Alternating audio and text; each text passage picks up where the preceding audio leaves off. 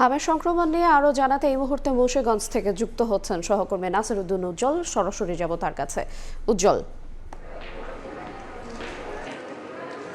মুন্সিগঞ্জ জেলায় গেল এক সপ্তাহের পরিসংখ্যান অনুযায়ী ৪৫ জন হামের শিশুকে সন্দেহভাজন রোগী হিসাবে শনাক্ত করা হয়। সেখান থেকে কিন্তু ২২ জনের হাম শনাক্ত হয়েছে বলে সিভিল সার্জন কিছুক্ষণ আগে জানিয়েছেন। এর বাইরে কিন্তু মুন্সিগঞ্জ জেনারেল হাসপাতালে গেল ২৪ ঘন্টায় ৬ জন হামের শিশুকে চিকিৎসা দেওয়া হয়েছে। এখনো পর্যন্ত ২ জন শিশু ভর্তি রয়েছে। আপনারা দেখছেন যে শিশু ওয়ার্ড যেটি রয়েছে সেখানে কিন্তু এখন জায়গা না থাকবার কারণে অনেকে ফ্লোরে বিছনায় কিন্তু চিকিৎসা নিচ্ছেন এবং এ পর্যন্ত ৪৫ জন রোগী কিন্তু ভর্তি রয়েছেন।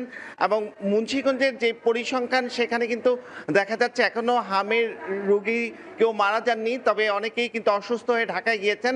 তবে এই স্থানীয় সংবাদ অনুযায়ী যে ইসমাইল হোসেন নামের একটি শিশু কিন্তু ৯ মাসের ২৮ তারিখে মারা গিয়েছে এবং তাকে এখানে থেকে ঠান্ডাজনিত রোগে ঢাকায় পাঠানো হয়েছিল। শিশু হাসপাতালে কিন্তু আইসিইউতে শিশুটি মারা যায়।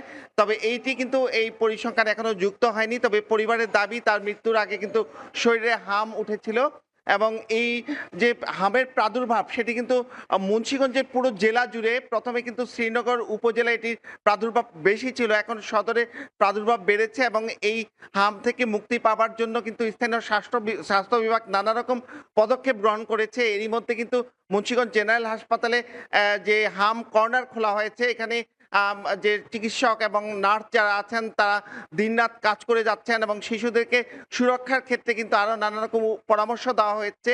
এবং এখানে যে মুন্সিগঞ্জ জেনারেল হাসপাতালের ইমার্জেন্সি মেডিকেল অফিসার তিনি বললেন যে ঠান্ডাজনিত অনেক শিশু আসছেন, তবে এই শিশুদের মধ্যে কিন্তু এখন অধিকাংশই হামের যে উপসর্গ সেটি পাওয়া যাচ্ছে। সেখানে কিন্তু সন্দেহভাজন যে রোগী তাদেরকে লিখে দেওয়ার পরে পরীক্ষা নিরীক্ষার পরে হাম রোগী কিনা সেটি শনাক্ত করা হচ্ছে।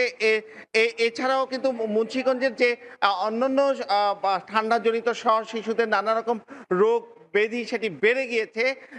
এই আবহাওয়াজনিত সমস্যার কারণেও কিন্তু নানা রকম সমস্যা রয়েছে। একই সঙ্গে এখানে এই শহরের পাশে সিমেন্ট ফ্যাক্টরি রয়েছে, সেখানে ফ্লাই অ্যাশ উড়ে এসে কিন্তু অনেক শ্বাসকষ্টজনিত রোগীর সংখ্যা বেড়ে চলেছে। তো এই ছিল মুন্সিগঞ্জ থেকে হামের সবশেষ। সরাসরি যুক্ত ছিলাম মুন্সিগঞ্জ থেকে।